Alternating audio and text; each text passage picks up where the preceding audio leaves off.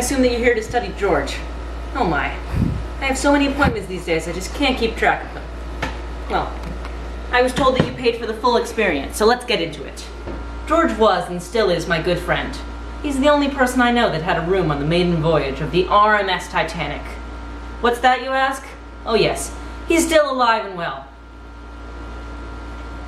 Nowadays, people come to me to learn about him. His story is quite the spectacular one. I don't think you're ready to start yet. Oh, but don't worry. I shall take it upon myself to teach you all of the background information. Alright, now what I'm going to show you is the daily routines of the people on the Titanic. This is, of course, to fill you in with background information so that you can soon hear the story. On the Titanic, there were 3 classes of people on board. There was the elegant first class, moderate second class, and unwealthy third class. The first class passengers were very privileged and pampered. They relaxed in the extravagant lounges and walked the promenade deck to pass the time. Stewards and stewardesses took care of their every need.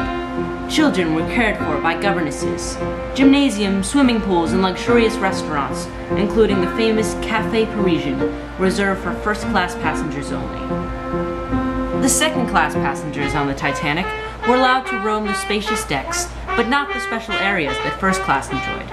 They played shuffleboard and various deck games for fun on the voyage. Also, they had access to the Titanic's library. They could read books, chat, or play chess and backgammon. Third-class passengers were otherwise called steerage passengers. Many were immigrants moving to the US or Canada. They stayed in their own areas with locked gates preventing them from going to the front of the ship. Despite having to live deep down in the bottom of the ship, they still had fun. They invented their own games on the small poop deck. They could also jump rope or listen to bagpipe music. Second-class passenger Lawrence Beasley noted, "They always seem to be having the most fun."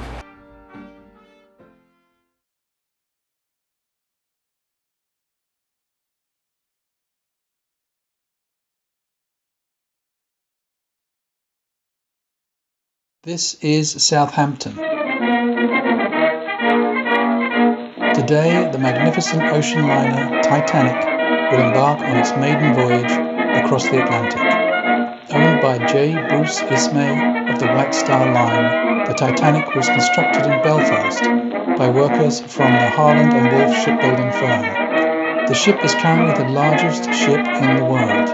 The Titanic features modern steering equipment and is fitted with 16 watertight compartments separated by thick bulkheads. This specific feature makes the ship practically unsinkable. Powerful boilers deep down in the ship supply immense engine power, making the Titanic go very fast. Another draw for all passengers of the Titanic is how luxurious it is. The first and second class dining rooms are large and comfortable and supply delicious meals 3 times a day. The staterooms in the ship are also very comfortable, with the first class and second class staterooms being fitted out with multiple rooms. The ship can go very fast and is also very comfortable for its crew and its passengers.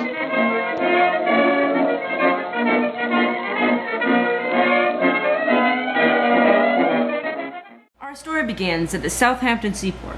Many passengers were excited to travel on the century's largest steamship, Titanic. Among the crowd was George Brown, a middle-class scientist who was traveling to the Berkshire Hills in Massachusetts. Name is George Brown, bought a ticket over mail. Upper level second class? Correct. Right, so your room is at the upper gangway on C deck. Remember not to go in first class areas. Aye, aye, sir. Hello, Uncle George. Never thought we'd run into each other here. Me neither. You gave me a fright. Where are you headed? I'm trying to find the rest of my family. They were having fun on the train and then we got separated. Well, you'll find them soon enough. See you. Bye. Bye. Hey, you have to keep my side.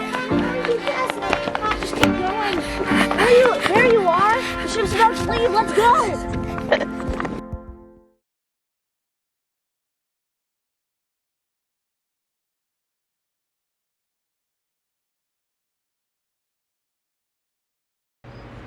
The sea is so beautiful today. And this ship, Titanic, it's the perfect image to put in it. White Star Line was right. This ship is unsinkable. It certainly is. Speaking of Titanic, shouldn't we be getting along to dinner? Dinner is scheduled at 8 o'clock. We have time. Helen, what is this nonsense? I was a fool for putting you in charge of Leah. It's all right, Charles. We shouldn't make a big commotion over one lousy fall. Now, may I ask what is going on here? It was nothing. Are you from Queenstown? Oh no, Queenstown is not a fashion of mine. I came from Cedar last night. Who is that, George? I saw her last night. She was beautiful. Not to cause any trouble on your behalf, but I seem to have misplaced my section of the ship. Do you have any sense of direction that could lead me back there? Of course, madam. You should probably keep an eye on those two, Charles. George seems pretty into her. I at least said Lewis.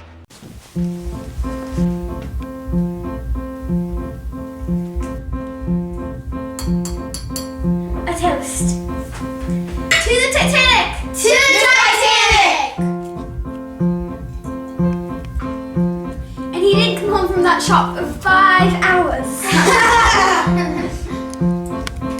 And Mr. Coyer came home with 2,000 pieces of jewelry and a huge hat. Elbows, darling.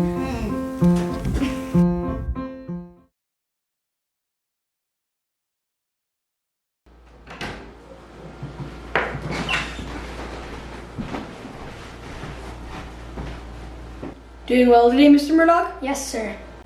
Very good. I say that this is the day that we set out for New York. Full ahead, Mr. Murdoch. Yes, sir.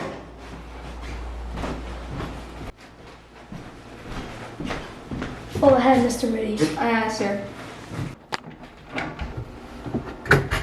Full ahead now, full ahead. It's beautiful, isn't it? Yes, it is, Captain. So this one for your tea now, Captain. That would be quite nice. Oh, make sure the cook makes it with milk.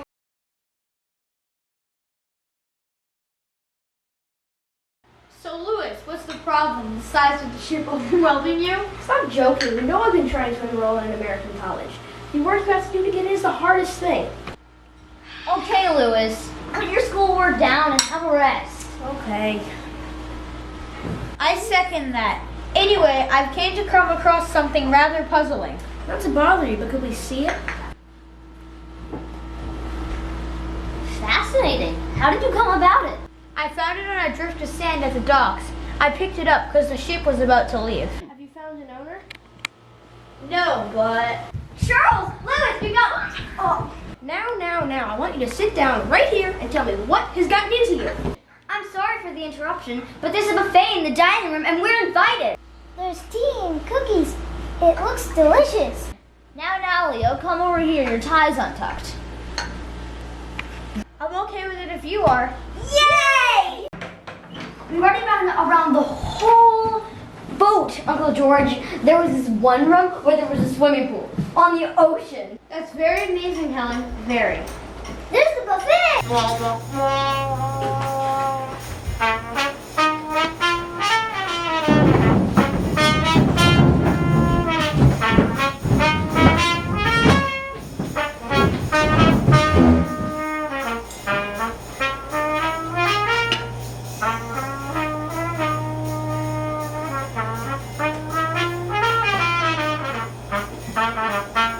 Thank you.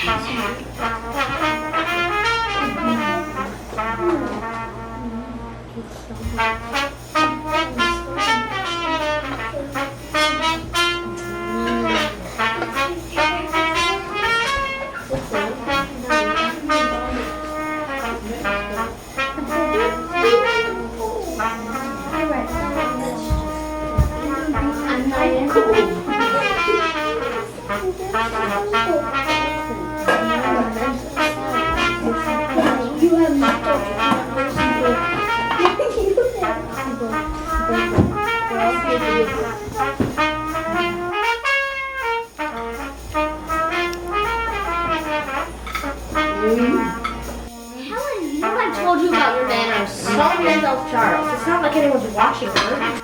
Please, in your utmost formality, keep your manners. Thank you. We now leave those happy golden moments of the voyage and move into the grayer part of the story. It was the evening of April 14th, 1912. The triumphant Titanic sailed across a quiet sea, knowing not of the danger that lay ahead. On the top deck, in the Marconi room, senior wireless operator Jack Phillips was swamped with messages from passengers that were expected to be radioed to the coast of Massachusetts and New York. When a nearby ship radioed him ice warnings, he did the worst thing a radio operator could do. He ignored them.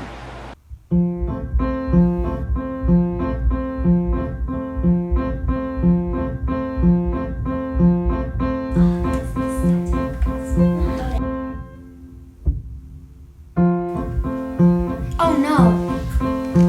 I'm sorry, I have to leave. But why? I have to go visit my friend. Why? Why would you ever want to see a second class member? I don't care. I want to be with him. You're a disgrace. George, I changed my mind. I want to be with you. I knew you weren't like them. I knew you were kind. I knew you weren't a snob. I love you, George. I love you too, Eliza. Every story has its turning point, and this is that point in this story. The ship sailed on, carrying with it two amazing beings that truly loved each other. But this dancing candle of life would soon be snuffed out.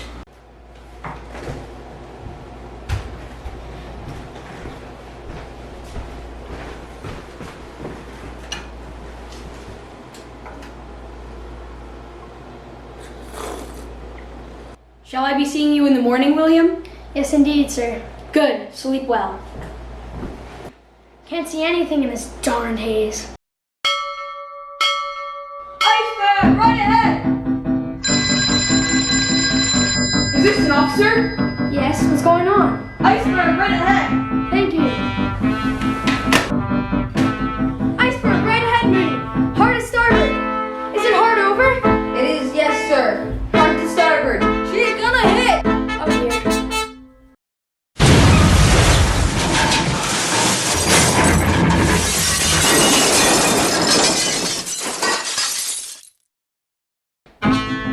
What happened? An iceberg, sir.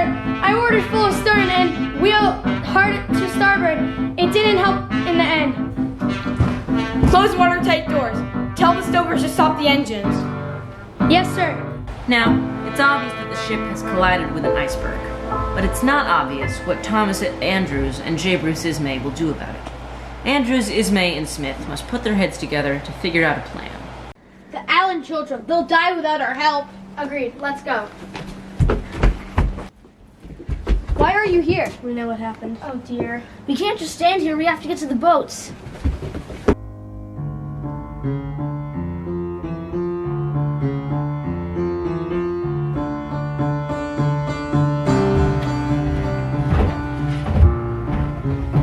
The iceberg tore a 300-foot gash and it went all the way down to boiler room 6. Well then stop wasting time. Let's get underway.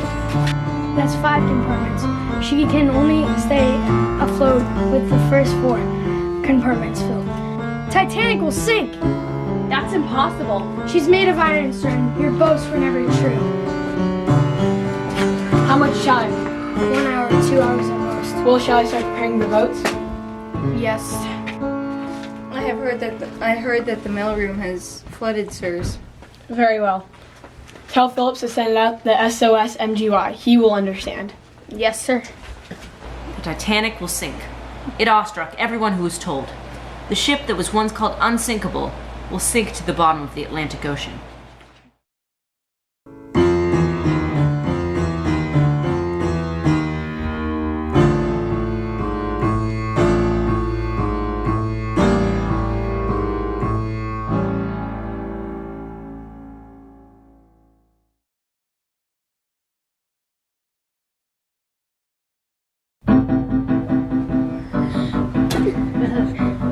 Okay, everyone keep calm. We'll find a way to get off your ship. Don't worry.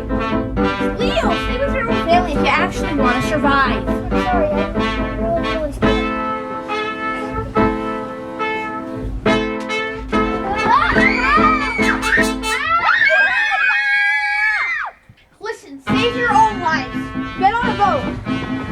What about you? Don't mind about me. You're gonna save Elizabeth, right? I really like her. You will know soon enough. If all is well, you will have a new aunt. Don't worry, I'm coming, Eliza. No! The cold, black water of the North Atlantic could freeze you to death in just 15 minutes. Imagine falling from the deck of a boat and getting hypothermia right as you hit the water. Even the fumes coming up from the water were icy cold.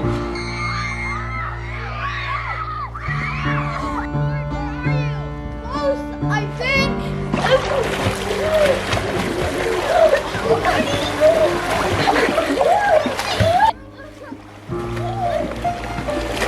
You saved my life, George! Elizabeth Howland, you're the most amazingest girl I've ever met. I've been meaning to ask you this for a while now. Will you? Yes, I will!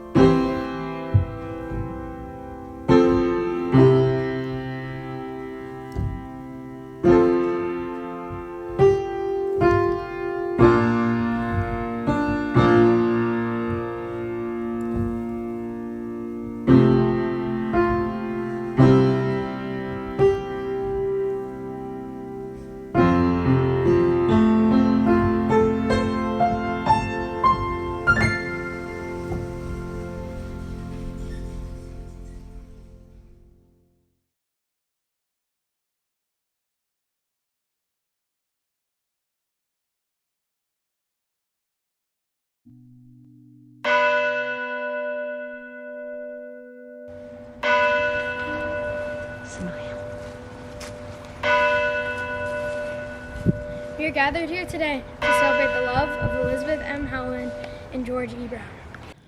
Do you, George E. Brown, take Elizabeth M. Howland as your lawfully wedded wife? I do.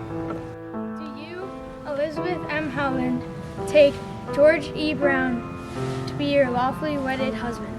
I do. May I have the rings?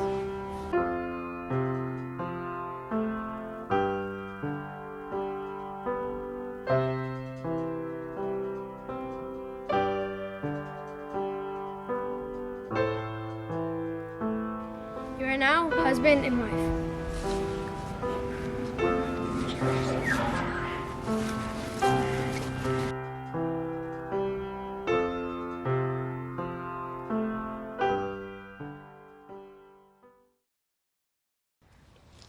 This looks like a perfect place for a picnic. Can I please go play with Edwin, Uncle George? Yes, as long as you're careful. Edwin's already such a gentleman. Yes, he is.